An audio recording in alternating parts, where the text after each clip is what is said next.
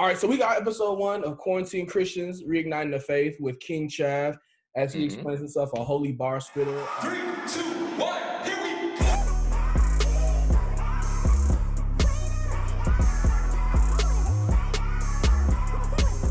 I believe you went to Bethune for 2 years, but then where'd you end up going after that? University of North Florida. He's a member of Alpha Phi Alpha Fraternity Incorporated. Amplify. He got a radio show. He had Instagram live game show going on. He's done a lot. He's doing a lot, and he continues to do so. So on Quarantine Christians, what we do is we take an artist who, like all of us, been through quarantine, and we just ask them some questions about, how is it enhanced or made them question things and how they grew from the whole quarantine period in general, because it was unexpected. So, man, you know what I'm saying? I seen you at the concert. First time I ever heard about you was at the concert in November, and I was in Belton. You came to Belton, so yeah. And you was live. You was jumping, bro. So like, what was life like? Before everything happened. Like, what was you doing? Because that tour seemed like it was fun, bro. Yeah, so we roll into 2020. So we literally just got off tour. So tour was amazing. I'm talking about the Family Ties tour with Curtis Hoppy, Stephen Malcolm, No Big Deal, and Cannon. Tour was amazing. So we come back home. I'm excited, to roll some things out. Just keeping that momentum. And then I had been talking while I was on tour with RMG, with Doc Watson about, moving on to the next stage of things. And that's where the Amplify conversation came about. Yeah. And then that first quarter, it took the first quarter to get that deal negotiated and finalized. So, music-wise, I was like on a momentum. I was on a pace. Yeah. Everything was kind of just rolling and flowing. Then bam. Nah, man, nah. Yeah. Okay, that's what I wanted to ask you about too. So whenever you was on the Family Ties tour, I keep saying, was it Family and Friends or it was Family Ties, right? Family Ties. Family Ties. You was on Family Ties tour. You was with Curtis Hoppy. Was he already with Amplify by then? Yeah, Curtis was already on Amplify. So was that like your recruitment type tryout thing? Long story. I'm gonna make it very short as I can. Right. So we have the radio show here in Jacksonville. So we put on shows all the time. So conversation led to a relationship with Aaron Knight, who's Wande's manager. She does the tour managing. So she was the tour manager. Before that tour, Cannon did a short summer tour, and they were looking for a spot in Jacksonville. So I negotiated that, brought them to our location. Show was great, but Doc came to that show. Doc normally doesn't go on tour, but for some reason, Doc came to that show. So met Doc, he saw me perform. We had long conversations. So a few weeks later, they're planning Family Ties tour, and they're looking for an opener. And Doc asked Aaron what she think about, me. And she was like, oh, Chav? Yeah, of course. He's wonderful. Yeah, he's great. So that's how the tour happened. I helped them with a previous tour, and in return, I got put on the tour. So, you give, you sow, you see, be a blessing to others, and things just come by magnified and rolled over. So that's how that one worked out. Nah, that's okay, cool. That's what's up. Because yeah, like you said, you being on the road, bro, like I understand. And I mean, that's what it seemed like, I was like, once I started following, I was like, yo, this dude, like, he going. I think you dropped the leftovers. What month you dropped that? November. So on tour, dropped the leftovers in the middle of tour. So we're riding a year out. Then I restarted a series I do called Free Your Mind Mondays. I kicked that back off right when we got off tour. So I'm like in my creative flow, and things were just working, and I was just trying to put out content. I was getting content ready for the year. And then the first big thing that happened was at the end of January, my dad died. So that was the first, that just kind of shut everything down for me creatively. So that one kind of took a big hit. So then February, I was kind of dealing and trying to press through and fight on. Then March, the actual Amplify deal went through. So I'm going through the year where I got like this crazy thing happens and then this crazy thing happens. So I'm like, I'm not sure how to feel about anything. I want to be excited, but you know, my dad, he didn't even know the deal and the situation was going on because he passed away. She say I make her proud, I see the truth in my mama eyes. My millionaire goes more likely to end in homicide. Got orders, my steps and open doors soon as I arrive. My limousine dreams came true when my father died. Lately I've been dealing with my mind, looking for the truth inside all these lies. Then at the end of March, everything shuts down and we all are at home, and that's what quarantine life started. So yeah, within those first 90 days of the year, a lot happened. Well, I'm sorry to hear about your father. I seen you post about him for Father's Day than you did earlier today. So yeah, man. I mean, there's nothing you can say. I'm not gonna try to do the whole bro. No, I appreciate it, man. It's been a season. It's been a season. Yes, No doubt. definitely. So, by now, were you already full-time in music, or like, what was like, were you working a job also while doing music whenever quarantine hit? Yeah, so I work at a church. So I'm there right now. I work in the media department. So I create TV and radio programming for the church. So that's what I do. My wife is actually my pastor's daughter, so I'm Oh, part wow. of the. Oh, wow. So So yeah, you like brother, holy elder Chav. Yeah, so this is family business. So Yeah. So this is what we do. So we're a family ministry. So everybody in the family works for the ministry. In some capacity. So we also have a school here as well. We just started a private school last year. So I work for the private school as well. So I got a few jobs up here. But with doing that, it allowed me to be open and free enough to where I can go on tour and do things like that. If I was working corporate America, you know, that wasn't gonna happen. Tour wasn't gonna happen. Yeah. So, you know, in this position, it's family. So all I could do was talk to my father-in-law, and we worked out a work schedule, and I was doing work on the road, and so everything worked out perfectly. So whenever quarantine hit, was you like doing this work? Were you still coming to the church? Like yeah, we shut down for a hot minute. So I took a lot of my hard drives and everything home, and I was working from home for quite a while. And then we had to shut the school down as well. So we just really started getting back into the regular flow of things.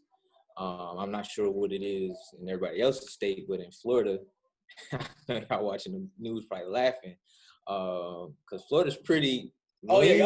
Y'all. Look, I'm in Texas, bro. We got y'all. I don't even know who y'all governor is, but we got Abbott, bro. So we got DeSantis, and he is very free and open, and he's like, so he just maybe like a week ago, he just hit phase 3 where all restaurants and bars are open now.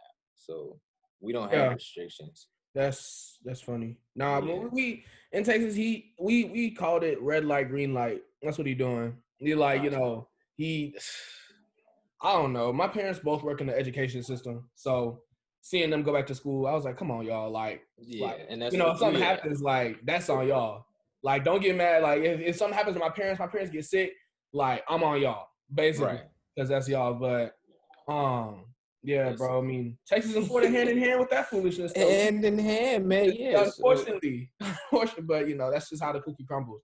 So you basically already said, you know, so once you realized quarantine was a reality, you know, how did you push through? Like for the first, because I see you're back in church now. So from the time that you took your hard drives home to the time that you was able to bring them back, you know, what was your main driving point? I think that quarantine, the first few months were really tough. Because I was still dealing with my dad. And trying to make sure my mom was okay. Grandparents, I have family in the city, so my biggest effort was making sure that they were okay and taken care of. So my grandparents are older, and you know how you know, this disease affects older people, so we had to be really careful with how we dealt with them and still made sure they went to the doctor and all that. And then my mom, she's it's Breast Cancer Awareness Month. She's a survivor. Oh, wow. Yeah, so we definitely wanted to make sure she was okay, but we still didn't want to leave her alone. Yeah. Oh, her and my dad been together for 40 years. So, yeah, majority of her life she's known him, and for him to not be there. So yeah, that was that. So trying to do all that, the easiest way for me to get through is make sure I was taking care of other people. And in the overflow of that, I would get taken care of. And then my wife, she's a magnificent wife. We were both working from home, so we got to spend a lot of time together. And just, reignite, relearn each other. We sitting in the house, so I gotta, either I'm gonna talk to you or I'm not. Either I'm gonna learn something about you or not. And I think that time at home, it definitely made us grow a lot stronger. So we're a lot more free flowing in our relationship. So a lot of things that were stresses, we realized it wasn't really a stress. It was just time and communication kind of thing. But we at home in the PJs on the couch, on the laptops, we can have those conversations. Yeah. And yeah, so on both sides, once quarantine started to pop and keep going, I started getting really concerned about other people. And in that, it kind of alleviated me to be free. And then that's what King Gauntlet came from. So, okay, yeah. I was just looking at that. Okay, so you King's Gauntlet was it was cool, bro. It's amazing. It ain't good. Them fifth graders. Let me tell you how this game works. I'm gonna ask you some word problems. All right. You have to give me that answer, and the audience can help you out. So, that might help you out very much. So, I'll read the question to you 2 times. All right. After that second time, you have 30 seconds to answer the question. All right. I'm gonna do 4 questions. $2 a question. If you get all 4 of them right, I'll add another $2 on top of that. That's a real show. Listen, man. So King's Gauntlet. Here's the idea. So King's Gauntlet was, so people were at home bored. And then a lot of people either lost jobs or were furloughed or they were losing income. I was a part of that too, but I figured, I can put something to the side. I'm not driving my car as much. I'm not going out to eat as much. So all that extra money, let me put that to the side and let me try to help people and let me try to do something fun. So I was like, why not do a game show? And then the more I thought about it, I was like, okay. So we did a test run 1 episode. And that first episode, like my brother and sister, they were in there. And it was straight to the NBA, no college Excalibur. Sir Kurt. We want to get you in this chat, sir. Let's go ahead. This chat, but send in the request right now. Yeah, brain fart. We got more. Yes, sir. Yes, sir. Ladies and gentlemen. Oh yeah, you're here. Yeah, ladies and gentlemen. Quite a yeah. Welcome. Take your moment. Feels good to be here, baby. It feels good to be here. All right, tell the people that don't know your name, your occupation. So I'm Kirk, of course. My line brother, I'm so excited to be here. I'm a dean at a high school in Orlando, Florida. Hey, all right, awesome job, Kirk. And they were up in the ante in all the pots. So all the pots kept getting bigger and bigger and bigger. And then the next week, people would hit me up in the DMs like, hey, bro, I want to throw some money in the pot for next week. I'm going to give you such and such for that week. And then that's where all the sponsorships and everybody started coming in. So people were hitting me up through the week and they were giving me money so that when King's Gauntlet hit, I already had a pot of money to give out. And, I was giving that out. We was throwing money out left and right. So for your final challenge and for $50, you're going to take that handful of hand soap. You're going to wash your hands for 20 seconds in the toilet.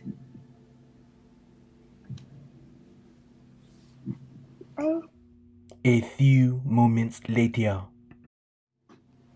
Okay, y'all ready? Yeah, when they come but y'all up, can't see my hands go in. Well, you can hear it splashing. I'm y'all listening. ready? Dead silence. Listen, now I got 20 seconds. Are you counting? I'm counting.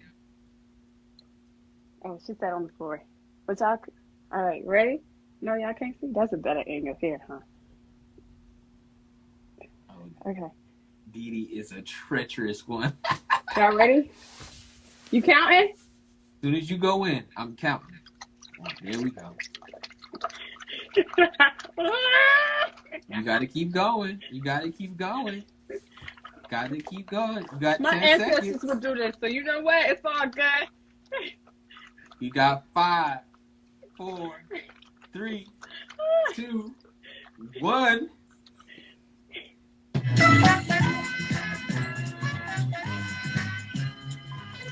No, for real. And it was like, there was no, there was no catch. There was no stipulations about it. It was just, coming. And I'd be like, I send it to my friends. I'd be like, yo, I ain't no pyramid scheme, dude. This is real money. Like, come, you get to have fun. You gotta expose the personality, bro. And like, even whenever, like my sister, because I was on it for the first time, and then Cherry got on it later. And then I remember she called me and she was like, I was on King Chav show. And I was just like, yo, I said, what? And she, she enjoyed it. My friends who got in, they enjoyed it too. And it was like, it was cool, bro. Cause he was really, displaying the love of God. Cause these are complete strangers in some cases. Cause some people, I don't know these people. Most of them I've never seen. Some of them never followed me. They were like, I saw it on the suggested page and stuff. I was like, what? Oh, okay. And people were just coming in and, I just wanted people to have a good time, and then I just wanted to give people stuff, give money away. So I knew that was one thing that people needed, and it wasn't hundreds of dollars, but it was enough. You can go get you lunch on me, or you talking about Sheriff ran me dry. So that's man. That's what she called me. I said, man, she got you. She's the biggest winner we had in the history of the show. So really, she took all my money. Jareth is freakishly smart, so you can't be giving her the mind. You got to give her logic. You can't give her just like mind games. You gotta, but nah, bro. So, you were steadfast with your music. Then tragedy hit, and then you kept it pushing. But what was your walk with God like before quarantine? Like, if you could summarize it, and then, just that's the first part. What was your walk with God like? It was definitely good because, like I said, things were starting to happen. Not everything I thought would happen was happening with the music, but conversations and doors, and I was, a lot of things were working behind the scenes. I think that's the biggest thing for me. I wasn't getting all the fanfare in the public, but behind the scenes, I was getting a lot of the respect and conversations from people that I needed. And for me, that was the biggest bonus because those are the people who move the needles in certain situations. At that point, we had a dedicated prayer life. Our church, the first month, we had we call it 20-20-20. So we did every night, 20 nights straight, 20 minutes prayer, 20 minutes praise and worship, and then 20 minutes to the preach word. So we would have service, we would stream it. For those, we had quarantine yet. So no, we were at the facility 20 straight nights. So we were like dedicated. We were in it. Monday through Sunday, every night we're in church, we're praying. So you get that habit. It takes 21 days to form a habit. So I got in the habit of continuing those things. And then honestly, when Pop started like a week after that. It was 20 days. He died on the 23rd. Yeah, it wasn't even a week. So I struggled a little bit. I did, whenever you're dealing with loss like that, you start to ask questions. And then you kind of find yourself drifting. Yeah. Not even like a purposeful, I wasn't really angry at God, but I was just kind of like, I didn't know what to say. So I didn't really say much. I've been up, I've been down, I feel elated. I've been hurting, I've been up, I've been down, I feel elated. I've been hurting, I've been up, I've been down, I feel elated. I've been hurting, I've been up, I've been down, I feel elated. I've been hurting, bittersweet. My dreams and nightmares fighting like they enemies. When I start, why do I feel like it's... No, that makes sense. I mean, and then, so in the middle of quarantine, I had to deal with myself and then ask those tough questions. And now I'm at a point where all that has come full circle, and I think I'm at a good point, rebuilding those things that I started the year with, where we were going strong, and that we're building it as a community, and then I took that personally. So now I'm rebuilding that and trying to keep that on for the rest of the year and to years to come. So I think I'm at a good point spiritually right now, where I can accept wins and losses and still be grateful regardless. Mama, there goes that man. Hand down, that's a man down. I've been waiting for this moment, I'm the man now. Did you read the outline? It's the plan now. Main mission, stop the drama. Even if we rock the top to take your block up, baby, that's on my mama. That's a man. That's good to hear that you grew from it. I mean, to be honest, bro, we're people regardless of what we do. And no matter how close to God we get, as long as we still here, we still people. Yeah. And like, it's not even God, like, I'm mad at you for getting for drift, because I mean it happens. Like, yo, you lost, that was your pops. Yeah. That was your dad. Like, if I think about losing my dad, I'm like, yo, I'm gonna be messed up for a grip. Like, I just know I is. So I mean, it's good that you're able to push through that and come out on the other side. That was the last goal. If quarantine ended tomorrow, how would you come out compared to as you came in? Oh, we gonna go in with the same momentum, it's kind of like a pit stop. You think of it like a pit stop. So in the pit stop, they're checking tires and making sure the gas is straight and getting the driver. So we're analyzing and evaluating everything that works and doesn't work right now. So that when we come out of it, and I say we, I mean my family, and then as the RMG team, so that we can go full throttle like nothing ever happened. Because we know how music impacts people. And I know how music impacts people. I know how it impacted me. So when those situations did happen, I found myself listening to a lot of people's music and how they express emotions and things I didn't really know how to say. I was listening to other people to see how they expressed it. And know those moments helped me get through. So I want to be the same way with my music. So I think my focus kind of shifted a little bit music-wise. And it's, I'm not knocking nobody or anything like that. This is just for me. I want to make sure that I have some kind of meaning or solution, whether it's challenging or you're questioning a situation. At the end of it, I can convey a story or emotion of how you're feeling, because I'm just remembering me at that time, and I was finding songs that spoke in those situations where I didn't know how to speak. And I want to be able to do that through the music for people. That's real. Nah, music is strong. People underestimate the power of music. Listen, man, like 21 just dropped, and people was like, 21 music make you want to go, hit a lick on somebody. Yeah, that's the point. That I was being mentioned. I said, that's what people don't understand. That's what the devil was for. He created for music. So as badly as he uses it now, it's a beautiful thing. Yeah.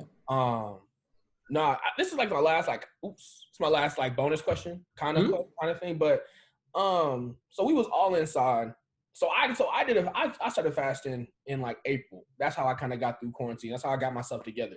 Because I didn't realize how stuck on social media I was until I had nothing to do besides be on it. And I was like, oh wait, I said pause. This is a little problem. But I started fasting, and by the time I was one of the times I was fasting, the Black George Floyd he passed away. He got murdered. And I came back and everything was torn up. And I was so stuck because we was just supposed to live life like nothing was happening and that we was cooling. So, whenever Black Lives Matter started, how did you react? What was that like? I wanted to be very vocal because musically I handled a lot of those concepts and ideas in my music. Anybody listening, watching, go back and listen to the catalog. And then, just the environments and the way I was brought up, the things I was exposed to. Like you said, I'm a member of Phi Alpha, so I'm a member of a Black Greek-led organization. I go to a Black church. I have a Black wife, so I'm dealing in these communities. And at this point, we just didn't want to be silent about it anymore and act like nothing happened. And just let it be a passing moment. And I think that's what a lot of people did because we were home. So we saw it. You know, it wasn't just a thing that, you know, a lot of these stories just get caught in the day-to-day of life. Yeah. But that one, majority of the country was on standstill at home. And it was kind of a point. Yeah, I'll turn away. You can't look away at this one. Like, you can't look away. Nah, bro. And it was, people lost money, people lost jobs, people lost family members, people are sick, and then you throw that on top of it. We're at a breaking point right now. Yeah. It was ridiculous. You know, and you know, you got Christians on one side who are saying like, you know, it's demonic. You know, I've seen Christians who just flat out call the whole movement demonic. Okay. And, you know, say, this ain't Christ-like, and say that we need to, it's a sin problem. Oh, that's the, you know, it's a sin problem. And I feel like where we failed most as the church, you know, you came from a Black church, and many people said Sunday is the most segregated time of the day. But where we failed as a church is, you know, I feel like we should be leading this. You know, we should have been leading the charge against racism, and we can't be surprised that the world is. Because I'm in my church. We have a Bible college too, so we literally had that conversation last night. So we're studying African American hermeneutics. So we're talking about social justice right now, and my professor literally was saying that this is the first movement, social justice movement in America that didn't start with the church. So you have civil rights, all that all stemmed from the church. Mm-hmm. Now we're at Black Lives Matter, and this one didn't. The church didn't take the lead on this. The world, so to say, took the lead on it. And that's a sad thing, because now we're sitting at a situation where we are. Sunday's the most segregated time. And then we're having a revisionist history, and we're thinking back, okay, when Dr. King was marching and Rosa Parks and we're fighting for civil rights and the Civil Rights Act, where was your church on this side of the fight? And we're starting to see that a lot of people in their churches and their congregations were either very silent or they were very vocal in opposition to those things. And everything's starting to come to the light, and a lot of people starting to get real fishy. And then a lot of people that African Americans who found sound doctrine were listening to, they're starting to see that when we're dealing with this issue, they have nothing for you. There's nothing for you. They use you. You were a token in that situation.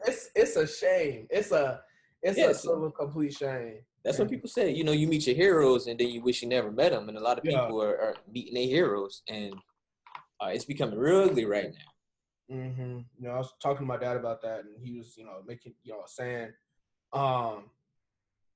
you know, in the past, you know, in the people was using the Bible to, you know, keep slaves in order. You know, saying, you know, y'all should, you know, we teach y'all the gospel. You know, the servants should obey their masters. I don't even know all the verses about slavery because they taken out of context. But you know what, you know what it is, and it's like in the 60s, you see people using the Bible and stuff, talking about how the man segregated his two sons, meaning they worked two different jobs and lived in two different areas in the farm. Like, and but it's a shame. But I mean, history repeats itself. It does. And I'm like, how do you go outside of your church pew and you literally walk outside, look down the street, and you see people getting bit by dogs, getting water hosed, getting beat, and you just go on like life with there's nothing wrong with that? And where is the God in you in that situation? Mm-hmm. But that was okay. And not only was it okay for some of y'all went, put your Bibles down and picked up your own bats and went and joined into it, if we're going to be real about the conversation. Yep. And where's the God in that? Lord knows, like the shirt said. Shout out CJ King.